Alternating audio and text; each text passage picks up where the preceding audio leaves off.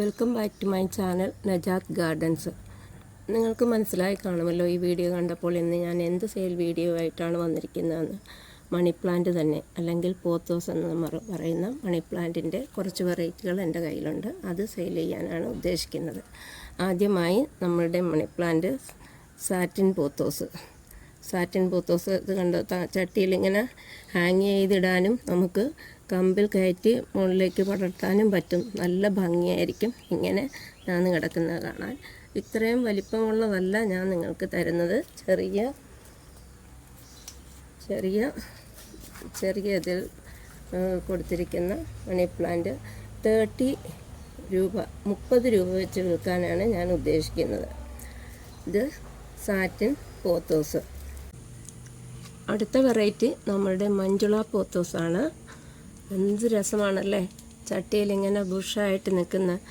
ഇത് ഹാങ്ങിങ് പോട്ടിലിട്ടിരിക്കുന്നതാണ് നിങ്ങളിപ്പോൾ കാണുന്നത്. പക്ഷേ നല്ല ബുഷായിട്ട് തന്നെ അതിനകത്തും നിൽപ്പുണ്ട്. ഇതും നമുക്ക് നല്ല കയർ സ്റ്റിക്കിൽ മുകളിലേക്ക് പടർന്നു വരുന്ന വിധത്തിൽ വിടാവുന്നതാണ്. ഇതും നല്ല ഭംഗിയുണ്ട് കാണാനായിട്ട്. ഈ മഞ്ജുള പോത്തോസും അതിൻ്റെ ചെറിയ ഒരു പാർട്ട് ബുഷായിട്ട് തന്നെ നിങ്ങൾക്ക് കിട്ടുന്നതാണ്. അത് 30 രൂപയ്ക്കാണ് വിൽക്കാൻ ഉദ്ദേശിക്കുന്നത്. അടുത്തത് നമ്മുടെ നിയോൺ പോത്തോസ്.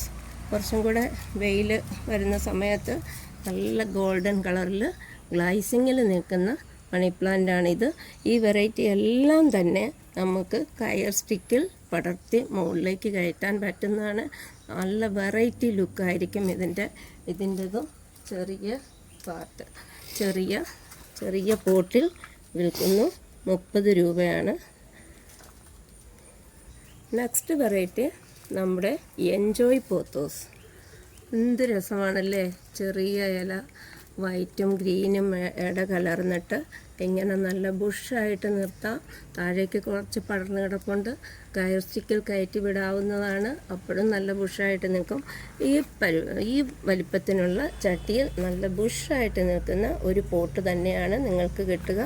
എല്ലാം 30 രൂപ തന്നെ. മൊത്തം മണി പ്ലാന്റ് 30 രൂപയാണ്. ഏകദേശം 10 വെറൈറ്റികളും മണി പ്ലാന്റ് ഞാൻ സെയിൽ ചെയ്യുന്നുണ്ട്. അടുത്തത് നമ്മളുടെ ഫിലോഡൻഡൻ വെറൈറ്റി മൈക്കൻസ് ആണ്. നമ്മൾ മണി പ്ലാന്റ് ആയിട്ട് തന്നെ ഇതിനെയും കണക്കാക്കുന്നത്. അതും ചെറിയ പോട്ടിൽ നല്ല ബുഷായിട്ട് നിങ്ങൾക്ക് ലഭിക്കുന്നതാണ്. 30 റുപ്പീസ് തന്നെ ഇതിൻ്റെയും വില. നല്ല ഭംഗിയാണ് കാണാൻ. ഒരു പ്രത്യേക കളറ് തളിരിലകൾക്ക് വരികയും വെയിൽ തട്ടുന്നിടത്ത് ഡയറക്റ്റ് വെയിലിൽ വെക്കരുത്. മണി പ്ലാന്റ് ഒന്നും ഡയറക്റ്റ് സൺലൈറ്റ് കിട്ടുന്നിടത്ത് വെക്കരുത്.